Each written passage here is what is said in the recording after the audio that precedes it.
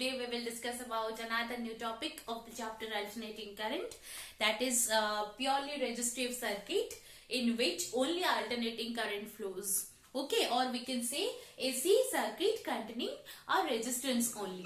अगर किसी रजिस्टर में हम लोग अल्टरनेटिंग करंट फ्लो कराएंगे तो उसके वजह से क्या वैल्यू आएगी ये हम लोग डिस्कस करेंगे। वहां पे क्या होगा उसके बारे में हम लोग यहाँ पे डिस्कस करेंगे। तो ये जो है ना ये एनालॉगस है, क्योंकि हम लोग इसके ऐसा ही सेम टू सेम हम लोग आगे पढ़ेंगे प्योरली इंडक्टिव सर्किट, फिर प्योरली कैपेसिटिव सर्किट। एक के बाद एक हम लोग अलग अलग से वीडियो में बनाऊंगी, अलग अलग से हम लोग डिस्कस करेंगे। तो ये प्योरली रेजिस्टिव सर्किट में हम लोगों को पूरा कॉन्सेप्ट अच्छे से समझना होगा। अगर कॉन्सेप्ट अच्छे से समझ में आ जाएगा तो हम लोग उसे यूज कर सकते हैं purely inductive and purely capacitive circuit में। यहाँ पे हम लोग प्योरली रेजिस्टिव मतलब सर्किट में सिर्फ एक रेजिस्टर लगा रहे हैं और उस सर्किट में अल्टरनेटिंग करंट फ्लो हो रहा है। वैसे ही हम लोग एक इंडक्टर लगा के देखेंगे, फिर एक कैपेसिटर लगा के देखेंगे। इस पर्टिकुलर टॉपिक में आज हम लोग एक नया चीज के बारे में सीखेंगे, एक नया कॉन्सेप्ट सीखेंगे जिसका नाम है फेजर डायग्राम। हम लोग फेजर डायग्राम क्यों बनाते हैं, कैसे बनाते हैं, उस पे क्या क्या होता है उसके बारे में भी मैं आपको आज बताऊंगी। और उस सारे सर्किट में इंडक्टिव हो या रेजिस्टिव हो या कैपेसिटिव हो, सारे सर्किट में हम लोग पावर कंजप्शन की वैल्यू भी निकालेंगे। ठीक है, तो चलिए शुरुआत करते हैं। आज का कॉन्सेप्ट प्योरली रेजिस्टिव सर्किट और AC circuit containing only resistance. ठीक है, हमको चाहिए कि एक रेजिस्टर में हम लोग अल्टरनेटिंग करंट फ्लो करना चाहते हैं। तो अल्टरनेटिंग करंट फ्लो करवाने के लिए हमें एक अल्टरनेटिंग सोर्स ऑफ ईएमएफ भी चाहिए। तो सपोज मैं यहाँ पे ले रही हूँ कि ये एक रेजिस्टर है, सिर्फ रेजिस्टर ही हमें लगाना है यहाँ पे, और यहाँ पे एक अल्टरनेटिंग सोर्स ऑफ ईएमएफ है। अल्टरनेटिंग करंट को हम लोग कैसे दिखाते हैं, ऐसे सिग्निफाई करते हैं ना, ऐसे साइनोसॉइडल कर्व करके, इसीलिए उसका जो अल्टरनेटिंग सोर्स का सिंबल होता है वो ऐसा कुछ होता है। तो यहाँ पे हमने एक वोल्टेज सोर्स लगाया है जो कि अल्टरनेटिंग है नेचर में। तो अल्टरनेटिंग वोल्टेज सोर्स का इंस्टेंटेनियस वैल्यू क्या होता है, E equals to E naught sine omega T. ये तो हम लोगों ने पहले से डिस्कस किया हुआ है। ठीक है, तो E equals to E naught sine omega t, इतना अमाउंट का अल्टरनेटिव की ईएमएफ में इस सर्किट में दे रही हूँ। तो इसके वजह से सर्किट में कुछ करंट आएगा आई। ठीक है, वो करंट इस रेजिस्टेंस R के थ्रू यहाँ पे मूव करेगा ऐसे सर्किट में। तो ये जो करंट है, ये जो करंट आएगा ये अल्टरनेटिंग होगा, क्योंकि उसका सोर्स जो है वो अल्टरनेटिंग ही है। तो अल्टरनेटिंग ईएमएफ यहाँ पे एक अल्टरनेटिंग करंट को क्रिएट करेगा, अल्टरनेटिंग करंट को फ्लो कराएगा सर्किट में। तो ये जो अल्टरनेटिंग करंट जब इस रेजिस्टेंस में फ्लो करेगा तो यहाँ पे तो कुछ वोल्टेज ड्रॉप होगा ना। तो उस पोटेंशियल ड्रॉप और वोल्टेज ड्रॉप वो कैसा होता है, मतलब कितना अमाउंट का वोल्टेज लगता है इस करंट को फ्लो करवाने में इस रेजिस्टेंस के थ्रू, उसके बारे में हम लोग डिस्कस करेंगे। हमें ओम्स लॉ से ये पता है कि V is equals to I R, वैसे ही हम लोग यहाँ पे लिख सकते हैं E is equals to I R, क्योंकि यहाँ पे मेरे पास जो है वो है alternating EMF instead of a constant voltage. और मैं I अगर निकालना चाहूंगी तो मैं यहाँ पे यूज करूंगी E अपन R। तो पहले मैं यहाँ पे लिखती हूँ कि let us consider N AC circuit containing pure resistance. ये मैं पूरा अच्छे से लिख के आपको बता रही हूँ क्योंकि ऐसा ही पूरा एनालॉगस हमें करना है इंडक्टर और कैपेसिटर में भी। So let us consider N AC circuit containing a resistor only, containing a resistor only having resistance, कितना लिया है हमने यहाँ पे, कैपिटल R। ठीक है, और the instantaneous value of applied EMF, the instantaneous value of applied EMF यहाँ पे कितना है, E is equals to E naught sine omega t. इस सारे डेरिवेशन में हमारा एम ये है कि हमको एक अल्टरनेटिंग सोर्स ऑफ ईएमएफ देना है जिसका इंस्टेंटेनियस वैल्यू होगा E equals to E naught sine omega T, और उसको यूज करके अभी हमें सर्किट में करंट कितना फ्लो कर रहा है वो निकालना है और उस वोल्टेज और करंट को कंपेयर करना है। ये होगा हमारा मेन कॉन्सेप्ट यहाँ पे। तो इस amount of voltage is applied to a resistance R। तो मैं यहाँ पे लिख रही हूं, so current flowing through the resistor will be, कितना आएगा, मैं यहाँ पे लिख सकती हूँ I is equals to E upon R, और E की जगह पे लिखूंगी E naught sine omega t divided by R। ठीक है, अच्छा, तो I इक्वल्स टू अगर E ओपन R हो सकता है तो मैं यहाँ पे लिख सकती हूँ E नॉट अपन R आएगा तो ये I नॉट आएगा। अगर मैक्सिमम वैल्यू ऑफ वोल्टेज ले रही हूं तो यहाँ पे मैक्सिमम वैल्यू ऑफ करंट भी आएगा। तो इसीलिए यहाँ पे जो E नॉट ओपन R है, इस टर्म की जगह पे मैं अभी पुट करूंगी I naught. So I equals to I naught sine omega t. I का एक्सप्रेशन मुझे मिल गया यहाँ पे। तो E equals to E naught sine omega t मेरे पास था, अभी मुझे मिल रहा है I equals to I naught sine omega t. देखिए ये दो इक्वेशन ये जो है एग्जैक्टली सिमिलर दिख रहे हैं। मैं इसे एक साथ एक जगह पे लिख के आपको बताती हूँ।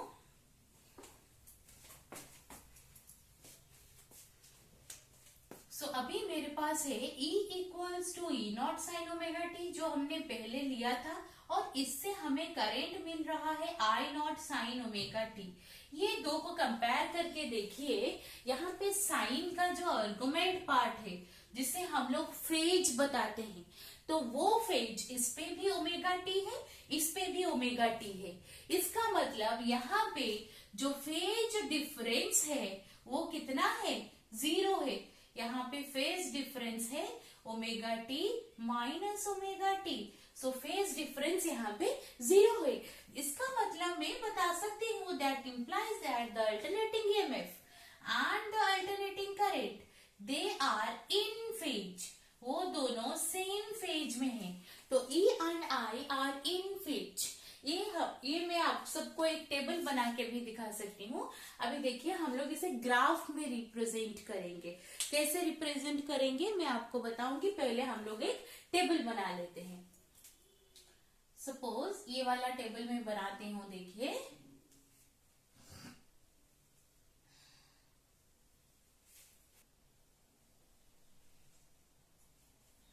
मैंने आपको पहले भी बताया हुआ है कि थीटा के चेंज होने से ये टाइम भी कैसे वैरी करता है। मैंने आपको एक ग्राफ लेके ऐसे बताया हुआ है।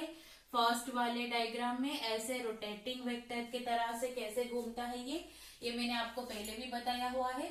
So theta T suppose E and I इसका वैल्यू लेना है।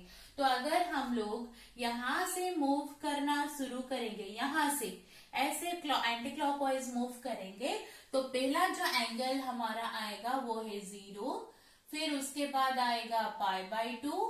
यहाँ पे पहुंचेंगे तो टोटल एंगल कितना क्रॉस करेंगे, पाई, और यहाँ पे आएंगे नीचे तो ये है 3π/2, और लास्ट में अगर यहाँ पे पहुंचेंगे तो ये है 2π। उसके हिसाब से अगर ये टोटल कंप्लीट साइकिल के लिए टाइम t है, तो फर्स्ट क्वार्टर कवर करने के लिए जो टाइम है वो t/4, सेकेंड क्वार्टर के लिए यहाँ पे आ जाएगा तो 2t/4 that is t/2। Then यहाँ पे पहुंचेगा तो पहले यहाँ पे आएगा तो ये हुए 0 पे 0 है टाइम। फर्स्ट क्वार्टर कवर करके आएगा तो यहाँ पे है t/4, यहाँ पे 2t/4 और t/2, और नीचे आएगा 3t/4 और यहाँ पे आएगा t। ठीक है, तो उसके हिसाब से अभी हम लोग देखते हैं कि ये जो E और I इसकी वैल्यू कैसे चेंज होती है। मैं t इक्वल्स टू 0 पुट करूंगी और थीटा इक्वल्स टू 0, ये पूरा पार्ट जो है वो थीटा है, तो उसकी जगह पे मैं 0 पुट करूंगी। तो 0 पुट करूंगी तो ये वाला तो 0 हो जाएगा, साइन 0 0 और साइन 0 0। इसका मतलब E और I दोनों की वैल्यू आ रही है 0। ठीक है, अभी मैं क्या करूंगी, t की जगह पे t/4 पुट करूंगी और वहां पे π/2 पुट होगा, ओमेगा टी की जगह पे π/2 पुट करूंगी। तो साइन π/2 उसका वैल्यू क्या होता है 1, तो साइन π/2 हो गया 1, तो E इक्वल्स टू E0। यहाँ पे भी साइन π/2 आ गया 1, तो I is equals to I0। ठीक है, उसके बाद हम लोग पुट करेंगे पाई, साइन पाई है 0, फिर नीचे भी साइन पाई है 0, तो यहाँ की वैल्यू आ जाएगा 0। ठीक है, अभी 3t/4 और 3π/2 टोटल एंगल ओमेगा टी की जगह पे, क्यों theta is equals to omega T है, ओमेगा इज इक्वल्स टू हम लोग थीटा अपन टी लिखते हैं, तो theta equals to omega T है, तो ओमेगा टी की जगह पे अभी 3π/2 पुट करेंगे, तो साइन 3π/2 इज -1, तो E is equals to -E0। वैसे ही नीचे आएगा -I0। इक्वल ही तो है, इक्वेशन की जो साइन के आर्गुमेंट है वो तो इक्वल ही तो है। तो फिर आ जाएगा 2π, साइन 2π 0, तो ये भी 0 हो गया, I भी 0 हो गया। देखिए मैंने वहां पे आपको बताया था ना E and I they are in phase, तो देखिए ये सारे जहां पे E 0 हो रहा है वहां पे I 0 हो रहा है, जहां पे E के पॉजिटिव में वैल्यू मैक्सिमम है वहां पे I की भी वैल्यू पॉजिटिव में मैक्सिमम है, जहां पे E की वैल्यू नेगेटिव में मैक्सिमम है वहां पे भी I की वैल्यू नेगेटिव में मैक्सिमम है। ठीक है, तो इसका मतलब ये जो दोनों की दोनों ग्राफ हम लोग बनाएंगे, I और E का ग्राफ बनाएंगे विथ रिस्पेक्ट टू T, वो दोनों ग्राफ सेम दिखेंगे, सेम दिखेंगे क्योंकि ये दोनों फेज पे है। लेकिन वहां पे एक छोटा सा डिफरेंस आएगा, वो डिफरेंस क्या है कि हमें जैसे पता है ओम्स लॉ से V इक्वल्स टू IR है, और हम लोग लिख सकते हैं E इक्वल्स टू IR। हम लोग I पे कुछ मल्टीप्लाई करने से हमें E मिलता है ना, तो I पे कुछ मल्टीप्लाई करने से E मिलता है, इसका मतलब I जो है वो छोटा है, I का मैग्नीट्यूड हमेशा छोटा होगा और E का मैग्नीट्यूड है वो ज्यादा होगा, क्योंकि I के साथ ये छोटा है इसलिए इसके साथ कुछ मल्टीप्लाई करने से हमें E मिलता है। तो जब भी हम लोग ग्राफ पुट करेंगे तो magnitude wise I will be less and E will be more. पहले हम लोग जो ग्राफ ड्रॉ करेंगे वो होगा E equals to E0 sine omega T का। इसका ग्राफ मैंने आपको पहले भी बताया हुआ है पहले वाले वीडियोस में इसी चैप्टर का, तो वो आप लोग देख सकते हैं। सपोज ये हो गया मेरा E का ग्राफ, तो ये जो मैक्सिमम वैल्यू आ रही है ये है E0, और नेगेटिव में जो मैक्सिमम वैल्यू आ रही है ये है -E0। मैक्सिमम कहाँ पे आ रहा है, यहाँ पे मैक्सिमम है π/2 पे, और टाइम के साथ हम लोग ग्राफ ले रहे हैं तो टाइम की जगह पे हम लोग यहाँ पे लिखेंगे T/4, ये है 0, और ये वाला जो है ये है T/2, और ये वाला पॉइंट है 3T/4, और ये वाला पॉइंट है T। ठीक है, तो ये हो गया मेरा E का ग्राफ। अभी इसमें मैं आपको I का ग्राफ भी बताऊंगी। ये दोनों सेम फेज में है, सेम वेरिएशन हो रहा है, जहां पे E0 वहां पे I0, जहां पे ये E0 यहाँ पे वो I0 हो रहा है, लेकिन मैंने आपको जैसे कि बताया I का मैग्नीट्यूड छोटा होगा, E का मैग्नीट्यूड ज्यादा होगा, तो इसका मतलब I का ग्राफ ऐसा ही दिखेगा लेकिन यहाँ से कुछ नीचे आएगा। तो I देखिए T0 पे I0 है, T0 पे I0 है, तो यहाँ से ही शुरू होगा। ठीक है, अभी T/4 पे ये I0 है, T/4 पे I0 है, मतलब कहीं पे मैक्सिमम वैल्यू आएगा। सपोज यहाँ पे है I0, E0 से थोड़ा छोटा होगा ना, सपोज यहाँ पे है I0, और फिर यहाँ पे हो जाएगा क्या 0, पहले 0 था फिर मैक्सिमम फिर 0, अभी क्या हो रहा है -I0, तो नेगेटिव में भी -I0, तो E0 से थोड़ा कम ही तो होगा, तो -I0 यहाँ पे कहीं पे होगा, और फिर 0, फिर यहाँ पे 0, तो इसका जो ग्राफ आएगा वो कुछ देखिए मैं डॉटेड लाइन में बता रही हूँ। डॉटेड लाइन का जो ग्राफ है वो करंट का ग्राफ है, तो वो कुछ इस तरीके का दिखेगा। तो यहाँ पे I0 और E0 ये दोनों को देख के यहाँ से पता चलता है कि E0 is greater than I0, और ये जो ग्राफ दो है वो सिमिलर दिख रहे हैं, इसका मतलब E and I they are in phase. इस एक्सिस में हम लोग E और I दोनों को दिखा रहे हैं। ठीक है, अभी चलते हैं the most important and the new concept of this chapter, that is your phasor diagram. Phasor diagram हम लोग कैसे यूज करते हैं? देखिए, हम लोगों को यहाँ पे ई और आई का वेरिएशन देखने के लिए हमें ये पूरा डेरिवेशन करना पड़ा, ये पूरा टेबल बनाना पड़ा।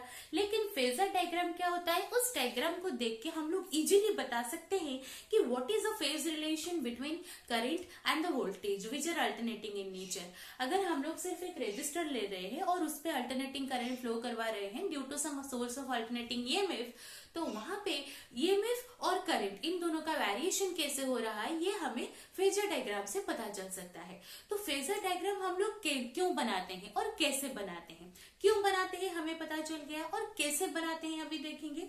यहाँ पे हम लोग जो भी ई और आई की वैल्यूज दिख रहे हैं, यहाँ पे देखिए, यहाँ पे कुछ ना कुछ डायरेक्शन हो रहा है, कुछ अमाउंट पॉजिटिव में, कुछ अमाउंट नेगेटिव में, तो डायरेक्शन यहाँ पे वैरी कर रहा है।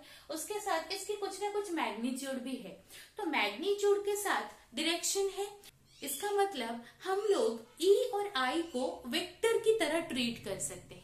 लेकिन यहाँ पे जो वेरिएशन हो रहा है हम लोग उसे एक फुल साइकिल पे देख रहे हैं। फुल साइकिल मतलब एक कंप्लीट सर्कल हम लोग लेते हैं, तो वहां पे एक वेक्टर क्वांटिटी जो कि पूरा कंप्लीट सर्कल में मूव करता है, ऐसा कुछ कॉन्सेप्ट लेके हमें इसे बताते हैं, हम लोग इसे बताते हैं रोटेटिंग वेक्टर्स। तो फेजर डायग्राम क्या होता है, that diagram represents the alternating EMF and the alternating current as rotating vectors. तो वो ई और आई वहां पे रोटेट करते हैं, ऐसा हम लोग लेते हैं। तो अगर वो रोटेट करेंगे तो कुछ एंगुलर फ्रीक्वेंसी होगा। तो एंगुलर फ्रीक्वेंसी क्या होगा, एंगुलर फ्रीक्वेंसी इसी फ्रीक्वेंसी के साथ सेम होगा। ये ओमेगा है ना, तो एंगुलर फ्रीक्वेंसी वहां पे ओमेगा ही होगा। अगर ये टू ओमेगा होता तो रोटेटिंग वेक्टर का एंगुलर फ्रीक्वेंसी 2 ओमेगा हो जाता। और उस रोटेटिंग वेक्टर्स को हम लोग बताते हैं फेजर। और जिस डायग्राम में हम लोग करंट और वोल्टेज को वेक्टर की तरह ट्रीट करते हैं, उस डायग्राम को हम लोग बताएंगे फेजर डायग्राम। ठीक है, वहां पे भी यही कॉन्सेप्ट यूज करेंगे कि magnitude of E is always greater than magnitude of I. ठीक है, तो अभी हम लोग फेजर डायग्राम करके मैं आपको दिखाती हूँ। अभी फेजर डायग्राम हम लोग कुछ ऐसे दिखाएंगे। यहाँ पे मैं 2 क्वांटिटी लूंगी, एक होगा मेरा करंट एंड एक होगा वोल्टेज।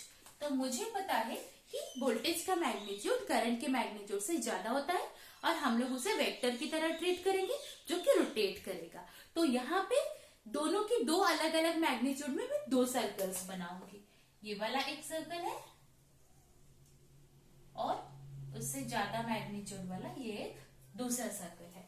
ठीक है, दे रही हूँ, मुझे क्या पता है कि E is equals to E naught sine omega T, E equals to E naught sine omega T, और हमें यहाँ पे मिला है I equals to I not sine omega T. ये दोनों को मैं अभी इस डायग्राम में आपको शो करूंगी। तो पहले E equals to E naught sine omega T, यहाँ पे इस एक्सिस पे वैल्यू 0 से शुरू होता है, तो इसका जो फेज है ये ओमेगा टी है, मतलब इस एक्सिस से कुछ ओमेगा टी एंगल ऊपर होगा। तो सपोज ये वाला जो है ये हो गया ओमेगा टी एंगल करके एक रोटेटिंग वेक्टर है, जिसे मैं बताऊंगी द अल्टरनेटिंग ईएमएफ वेक्टर और द वोल्टेज वेक्टर और the phasor, one of the phasor. ठीक है, तो ये हो गया। इसका जो मैग्नीट्यूड होता है, ये मैग्नीट्यूड देता है the maximum value E not, और इसका जो प्रोजेक्शन होगा इस एक्सिस पे, ये प्रोजेक्शन जो वैल्यू देगा दैट इज इक्वल्स टू ई। ठीक है, तो ये हो गया। और ये वाला एंगल हमने यहाँ पे जो लिया है that is equals to omega t. अभी आई को लेके देखते हैं, तो I equals to also I not sine omega t. तो ये जहां पे है उसी ओमेगा टी एंगल करके आई भी यहाँ पे ही आएगा, लेकिन आई का जो मैग्नीट्यूड है वो छोटा है। तो ई के लिए मैंने बड़ा वाला सर्कल लिया था, अभी आई के लिए मैं छोटा वाला सर्कल लूंगी। तो उसका जो हाईएस्ट मैग्नीट्यूड है और उसका जो रेडियस है मैं इसे आई नॉट बताऊंगी, और इसका जो प्रोजेक्शन है इस एक्सिस पे ये मुझे देगा आई की वैल्यू। ठीक है, तो ये हो गया मेरा phasor diagram for a purely resistive circuit in case of alternating current. तो यहाँ पे E और I ये दोनों हम लोग को दिख रहा है कि सेम फेज पे है, ये भी ओमेगा टी एंगल करके है और I भी ओमेगा टी एंगल करके है। तो ये फेजर डायग्राम से हमें डायरेक्टली पता चलता है। अगर सिर्फ यही डायग्राम हमें दिया गया होगा तो हम लोग लिख सकते हैं I is the instantaneous value, I equals to the magnitude or the peak value that is the I not with sine omega T.